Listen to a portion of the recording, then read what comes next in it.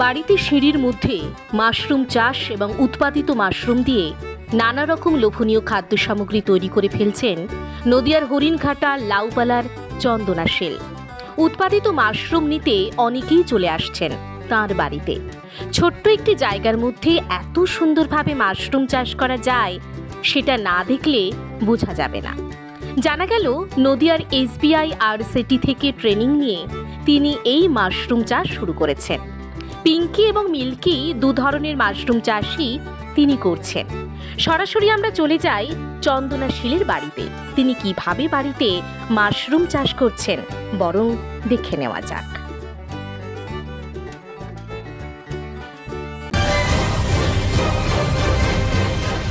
আমার নাম চন্দনা শীল। বিগত 6 মাস আগে SBI RCT থেকে আমি একটা মাশরুম চাষের ট্রেনিং নিয়েছিলাম।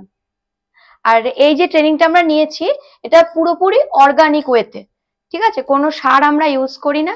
তারপরে 6 মাস আগে যখন আমার ট্রেনিংটা শেষ হলো, তখন আমি যেদিন কিনা ট্রেনিংটা শেষ হয়েছে সেই দিনকে আমি স্যারের থেকে কিছু সিড কালেক্ট করেছিলাম।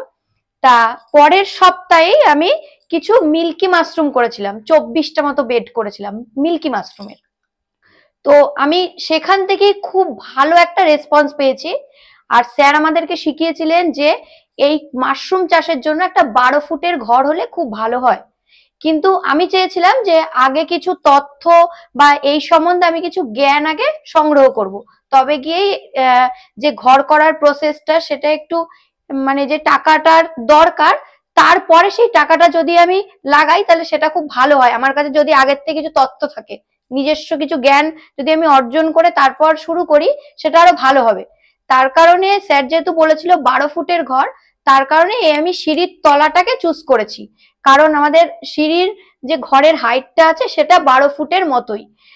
তার আগে আমি কি করেছিলাম, এই সিঁড়ির তলায় করেছিলাম।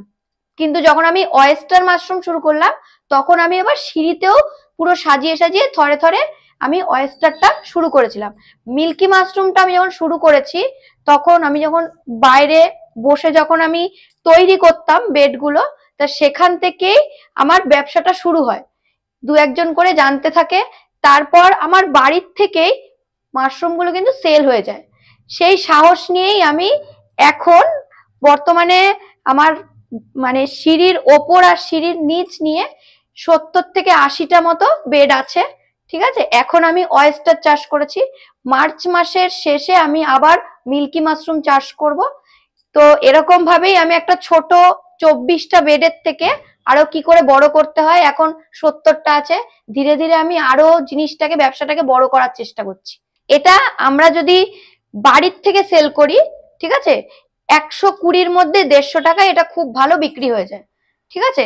আর যদি আমরা একটু কলকাতার দিকে পাঠাতে পারি, কারো থ্রুতে কথা বলে মার্কেটিং করার চেষ্টা করি, সেখানে 200 টাকা অনায়াসে এই মাশরুমটা বিক্রি হয়। আর যেহেতু আমাদের একটা প্লাস পয়েন্ট আছে, এটা হলো অর্গানিক মাশরুম, তার কারণে আমরা যদি 200 টাকাও বলি তাহলেও কিন্তু এই জিনিসটা সেল হয়ে যাচ্ছে। আর আমরা যদি যারা বাড়ি বাড়িতে সবজি নিয়ে যায় ভ্যানে করে, তাদের সঙ্গে তাদের কাছে কথা বলে তাদের কাছে সেল করার চেষ্টা করি, সেখানে হয়তো আরেকটু পার্সেন্টেজ কম আসে, কিন্তু লাভ থাকে, লোকসান হয় না। এটা একটা বেডের প্রসেসিং 30 থেকে 45 দিনের মধ্যে বেরিয়ে যায়। সেটা পুরোপুরি টেম্পারেচারের উপর ডিপেন্ড করে। বেডগুলোতে কিচ্ছু নেই। আমরা আগে যে বিচালিটা আছে, বিচালিটা আমরা অবশ্যই দেখবো, বিচালিটা পুরনো বিচালি লাগবে। নতুন বিচালি হলে, যেহেতু আমরা সার ইউজ করি না, তাতে কি হয়, ফাঙ্গাস লাগার চান্স থাকে। তার কারণে আমরা আগেই চুজ করে নেব পুরনো বিচালি। পুরনো বিচালিটাকে আমরা স্টিমিং প্রসেসেও করতে পারি, বয়েলিং প্রসেসেও করতে পারি। এটা বয়েলিং করা হয়ে গেলে তারপর আমরা বিচালিটাকে 1 ঘন্টা করব বয়েলিং। 1 ঘন্টার বেশিও করা যেতে পারে, ঠিক আছে। সেক্ষেত্রে বিচালির কোয়ালিটিটা আমাদেরকে দেখে নিতে হবে। যদি নতুন বিচালি হয় তাহলে 1 ঘন্টার বেশি করতে হয় বয়েলিংটা। করার পরে আমরা ঠান্ডা করে নেব ছড়িয়ে। তারপরে বিচালিটার মধ্যে ময়েশ্চার থাকতে থাকতে আমরা এই বেডগুলো তৈরি করব। বিচালিতে এই যেমন অয়েস্টার মাশরুম যেটা আছে সেটাতে আমরা বিচালি স্তর দিই 9টা, আর সিডের স্তর দিই 8টা। আর মিল্কি যেটা হয় সেটা সিডের স্তর থাকে 4টে, আর বিচালি স্তর থাকে 5টা। এরকম করে আমাদের একটা ঘোরানোর একটা পদ্ধতি থাকে, ঘুরিয়ে ঘুরিয়ে সেই বেডটাকে গার্ডার দিয়ে আটকে দিতে হয়। আর যেটা মিল্কি ক্ষেত্রে হয়, সেটা যেটা গরমে হয়, ওইটার ক্ষেত্রে এটা খুলতে হয় না। অয়েস্টার মাশরুম আর কিছু খোলার প্রসেসিং নেই, ঠিক আছে, কিন্তু মিল্কি মাশরুম যেটা আছে সেটা আফটার 15 ডেজ খুলে সেটা কিছুর একটা হয় ভার্মি কম্পোস্ট, না তো ঘুটের যে গুঁড়ো হয় সেটা, আর না তো যে আমাদের ওই নারকেলের ছোবড়াটা হয়, নারকেলের ছোবড়াটা গুঁড়ো করে সেটাকে স্টিমিং প্রসেসে নিয়ে তারপরে ওটার একটা প্রলেপ দিতে হয়, প্রলেপ দিয়ে তারপর সেটাকে খুলে রাখতে হয়। তারপরে আবার 15 দিন বাদে ওটা গ্রো হওয়া শুরু হয়, মাইসেলিয়াম গুলো আসতে শুরু করে। আমি যখন প্রথমবার হারভেস্টিং করেছিলাম তখন আমি মিনিমাম 750 মতো পেয়েছিলাম প্রথমবারই। এই যে এইখানে হয়েছিল, এইখানে হয়েছিল, এইখানে হয়েছিল, একবারে 5-6টা জায়গা দিয়ে হয়েছিল। তখন আমি 700 থেকে 750 গ্রাম অলরেডি প্রথম হারভেস্টিং এই পেয়ে গেছিলাম। তারপর আমি আরো 3-4 বার করেছি, সেটা আমি এখন এক্সাক্ট বলতে পারছি না। মিনিমাম আমি এর থেকে 1.5 থেকে 2 কিলো আমি পেয়ে গেছি অলরেডি। একটা বেড তৈরি করতে আমাদের মিনিমাম, আমরা যদি নিজেরা সেখানে পরিশ্রম করে তৈরি করি, সেখানে 70-80 টাকার মধ্যে একটা বেড তৈরি হয়ে যায়। নর্মালি 70-80 টাকার মধ্যে একটা বেড তৈরি হয়ে যায়। আর সেটা থেকে আমরা মিনিমাম, আমরা যদি বাইরে যাই 120 টাকা করেও যদি আমরা বিক্রি করতে পারি, সেখান থেকে 3 গুণ আয় আমরা মাশরুম থেকে করতে পারবো। বেডটা যখন আমাদের তৈরি হয়ে যাবে তখন আমরা কিন্তু একটা পেন্সিল জাতীয় কিছু বা সরু পেনের মাথাও, আমরা 3 টাকা দামের যে পেন হয় সেই পেনের মাথা দিয়ে আমরা টোটাল বেডটার মধ্যে 16টা ফুটো করব। সেটা অয়েস্টারের ক্ষেত্রেই, মিল্কি মাশরুমের ক্ষেত্রে কিন্তু নয়। আমরা সাইডে ওপরে 4টে ফুটো করব, সেই বুঝে গায়েও এরকম ওপরে একটা নিচে একটা, ওপরে একটা নিচে একটা, আর তলায় 4টে, এরকম ভাবে আমরা 16টা ফুটো করব। আর এই একটা বেড তৈরি করার পরে 45 দিন থেকে আমরা যখন হারভেস্টিংটা শুরু করব, তারপরে এই একটা বেডের থেকে আমরা 3 বার হারভেস্টিং করতে পারবোই, এটা শিওরিটি। এবার তারপরেও তোমরা আবারও হারভেস্টিং করতে পারো, যেমন আমি 3 বার না, আমি 4 বার 5 বারও একটা বেডের থেকে হারভেস্টিং করেছি। আমার যেরকম এইগুলো দুটো পিঙ্ক মাশরুম আছে, পিঙ্ক মাশরুমের থেকে আমি অলরেডি 3 বার হারভেস্টিং করে ফেলেছি, আর এইগুলোর থেকেও আমি 3-4 বার করে ফেলেছি অলরেডি।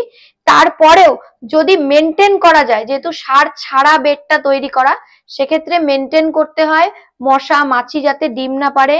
আমরা ন্যাপথলিন জলের মধ্যে দিয়ে সেই জলটা দিয়ে আশেপাশে মুছতে পারি, তাহলে আমাদের কি হবে, জায়গাটা ক্লিন থাকবে, তাহলে যে মশা মাছির ডিম পাড়ার ব্যাপারগুলো এটা থাকবে না।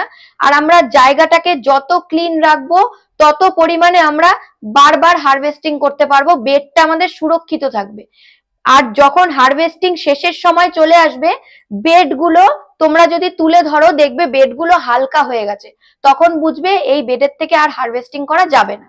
কেউ যদি বাড়িতে থেকে এই বিজনেসটা শুরু করতে চায়, তাহলে এই বেডগুলো বানানোর যে প্রসেসটা আছে, সেটা প্রথমে আমরা বিচুলিটাকে কালেক্ট করব, সেটা অবশ্যই পুরনো বিচুলি হতে হবে। আর বিচুলিটা একটা বেডের ক্ষেত্রে শুকনো বিচুলি থাকবে 2 কিলো, অয়েস্টারের ক্ষেত্রে এটা শুকনো বিচুলি থাকবে 2 কিলো, আর যখন আমরা সেটাকে বয়েলিং প্রসেস বা স্টিমিং প্রসেস করব, সেটা হয়ে যাবে 4 কিলো। একটা বেডে অয়েস্টারের ক্ষেত্রে আমরা 4 কিলো নেব বিচুলি। তারপরে আমরা প্যাকেটটাকে নিচের দিকে একটা গিট দিয়ে নেব, গিট দিয়ে প্যাকেটটাকে আমরা উল্টে নেব। উল্টে নেওয়ার পর আমরা একটা বিচুলি স্তর দেব আর একটা স্পনের স্তর দেব। এরকম করে করে আমরা বিচুলি স্তর 8টা, বিচুলি স্তর দেব 9টা, আর স্পনের স্তর দেব 8টা, দিয়ে আমরা মুখটাকে আস্তে আস্তে কুচি কুচি কুচি কুচি করে চেপে ধরে নেব। ধরে নিয়ে আস্তে আস্তে আমরা নিচে বেডটাকে ঘোরাতে থাকবো, ঘোরাতে ঘোরাতে বেডের মাথায় একটা টুপি মতো তৈরি হয়ে যাবে, আর প্যাকেটটা খুব টাইট হয়ে যাবে। সেক্ষেত্রে আমাদের একটু ধ্যান রাখতে হবে প্যাকেটের ভেতরে যেন কোনো এয়ার না থাকে। প্যাকেটের ভেতরে যদি এয়ার থাকে তাহলে আমরা বাঁধার সময় ওটা ফেটে যাওয়ার চান্স থাকে। তাহলে আমরা খুব সচেতন ভাবে বেডটাকে আস্তে আস্তে ঘুরিয়ে মাথায় একটা টাইট টুপি মতো করে আমরা দুটো গার্ডার দিয়ে সেটাকে আটকে দেব। এভাবে আমরা সেটাকে টেম্পারেচার বুঝে, আমরা যদি আমাদের যদি ঘর না থাকে, 12 ফুটের ঘর না থাকে, সেক্ষেত্রে আমরা ঠান্ডা কোনো জায়গায় যেখানে নোংরা থাকবে না, টেম্পারেচারটা মেনটেন করে সেখানে যদি আমরা বেডটা রেখে দিই, তাহলে 30 থেকে 45 দিনের মধ্যে আমরা খুব সুন্দরভাবে প্রথম হারভেস্টিং করতে পারবো।